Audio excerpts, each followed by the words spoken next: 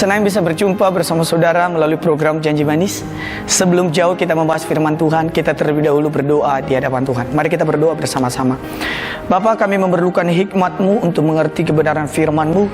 Karena kami percaya ketika kami mengandalkan Engkau, maka kami bisa mengerti segala hal yang Tuhan buat dalam hidup kami. Terima kasih Bapa, biarlah sepanjang kami mendengarkan firman-Mu, biarlah Tuhan yang memberkati kami. Di dalam nama Yesus Kristus kami bersyukur. Haleluya. Amin. Bapak Ibu, senang bisa berjumpa kembali di dalam program ini.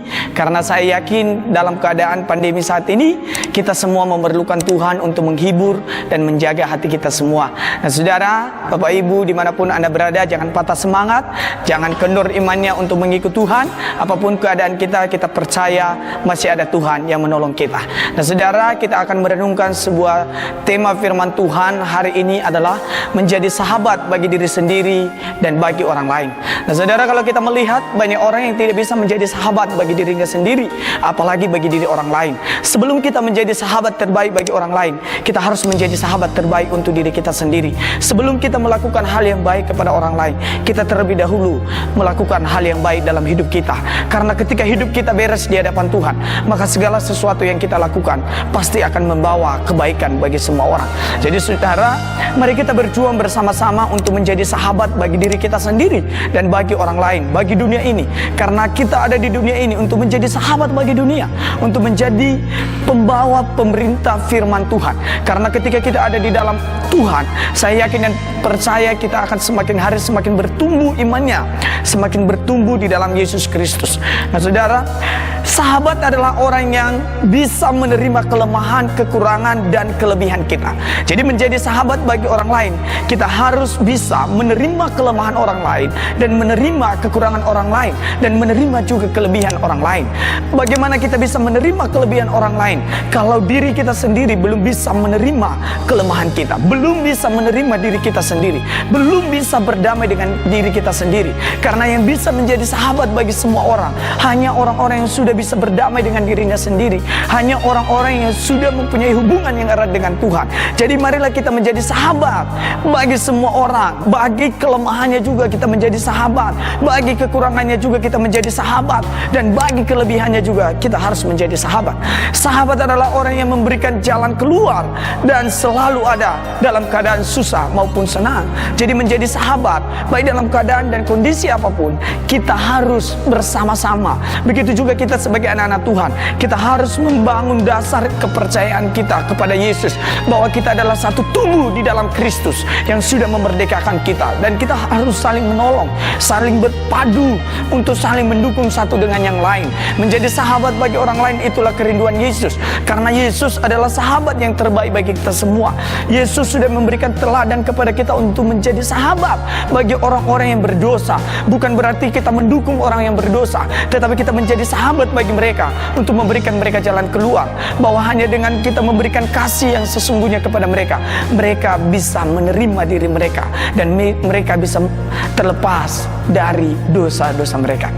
Jadi Bapak Ibu, marilah kita menjadi sahabat yang terbaik bagi anak-anak, bagi teman, dalam keluarga kita harus menjadi sahabat. Persahabatan atau pertemanan adalah istilah yang menggambarkan perilaku kerjasama dan saling mendukung antara satu dengan yang lain. Jadi sahabat yang terbaik, kita harus saling mendukung satu dengan yang lain, bukan saling menjatuhkan. Kita harus saling membangun di dalam iman yang berpusat kepada Tuhan Yesus Kristus. Ketika iman kita bersatu di dalam bertumbuh bersama dengan Yesus Kristus, maka kita bisa menjadi sahabat bagi siapa saja, maka kita bisa membawa damai bagi siapa saja. Maka dari itu mari kita sebagai anak-anak Tuhan harus terus menggali potensi diri kita, bahwa kita adalah sahabat bagi dunia dan bagi diri kita sendiri. Saudara, hal yang paling indah dalam persahabatan ialah memahami dan dipahami tanpa memaksa dan ingin menang sendiri. Jadi persahabatan tidak perlu kita memaksa, tidak perlu kita memaksa kehendak kita. Kita tidak perlu egois dalam persahabatan kita, tetapi kita tunjukkan nilai-nilai kasih Kristus. Kepada siapa saja kita bersahabat boleh. Di luar kita, orang percaya kita boleh bersahabat, tetapi yang kita pupuk adalah nilai-nilai kasih Kristus. Sebab ketika mereka menilai kasih Kristus ada dalam diri kita, saya yakin dan percaya mereka akan bertanya, kenapa sih kamu dalam persahabatannya berbeda? Namun kita akan bisa menjelaskan, karena Yesus terlebih dahulu sudah menjadi sahabat yang setia dalam hidupku. Jadi saudara, jangan kita memaksa diri sendiri, dan jangan kita memaksa kehendak sendiri untuk kemenangan sendiri, karena banyak orang memaksa kehendaknya sendiri untuk keinginannya sendiri. Tetapi kita diajarkan Yesus untuk saling mengasihi satu dengan yang lain. Saudara, yang menghancurkan persahabatan kita dengan Allah adalah dosa. Ketika kita jatuh di dalam dosa, berarti kita sedang menghancurkan hubungan kita dengan Allah.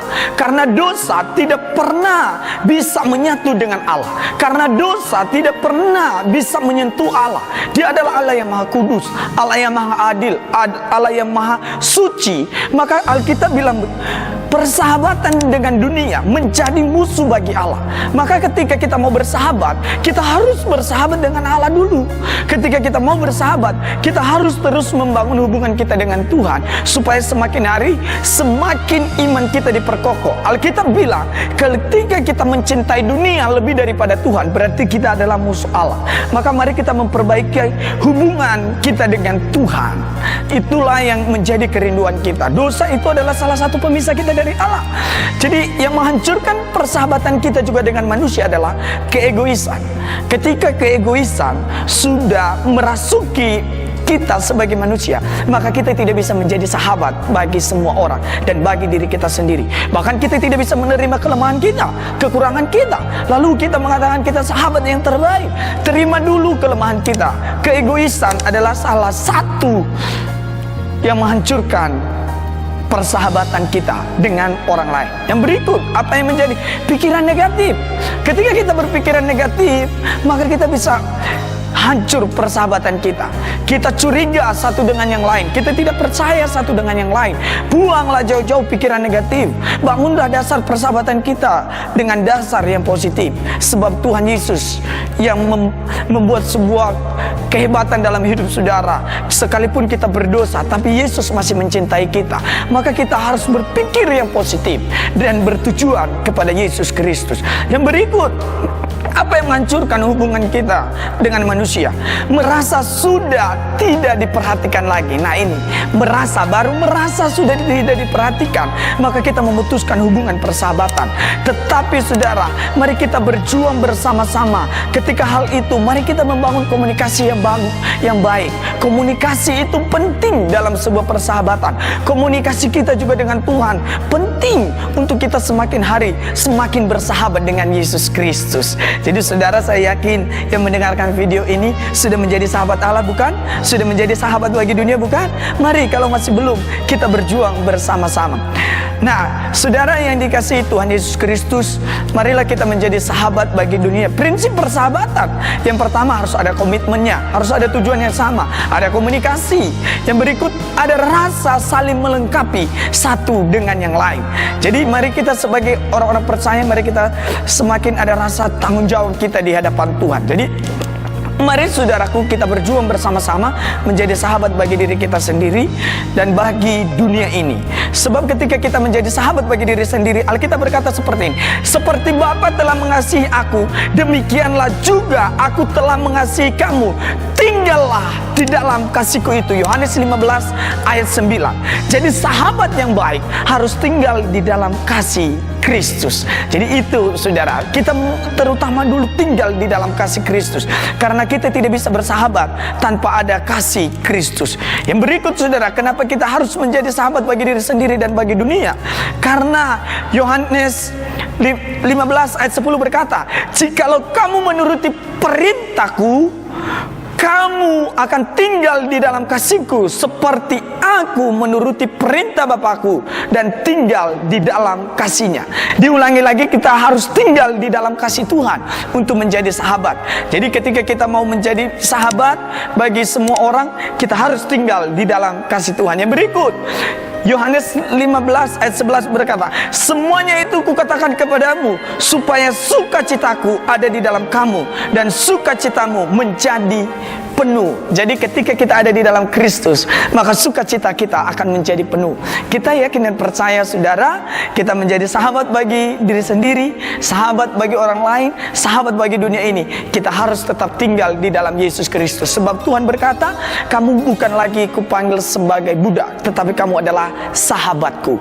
Dan seorang sahabat harus rela berkorban, memberikan apa yang berharga dalam dirinya. Itulah ciri-ciri Tuhan Yesus Kristus yang memberikan nyawanya bagi saudara dan memberikan segala yang mewah dalam hidupnya. Dia berikan kepada sahabat-sahabatnya, yaitu saudara yang percaya dan tidak pernah kompromi dengan dosa lagi, yang menjadi sahabat bagi dirinya sendiri. Dia sudah tinggal di dalam Yesus Kristus dan dia bersuka cita karena Yesus ada di dalam dirinya. Mari kita tunduk kepala, kita berdoa. Bapa, terima kasih buat firman-Mu.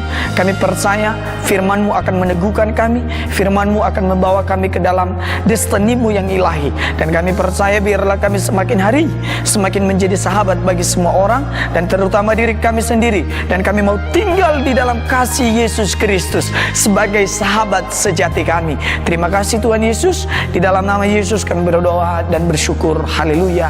Amin. Saudara, Anda sudah menyaksikan beberapa program yang ada di Janji Manis ini. Jika memberkati saudara, bisa dibagikan kepada yang lain, bisa dibagikan kepada keluarga dan kepada teman. Kiranya menjadi berkat bagi mereka semua. Tuhan Yesus memberkati kita semua. Shalom. Dalam hati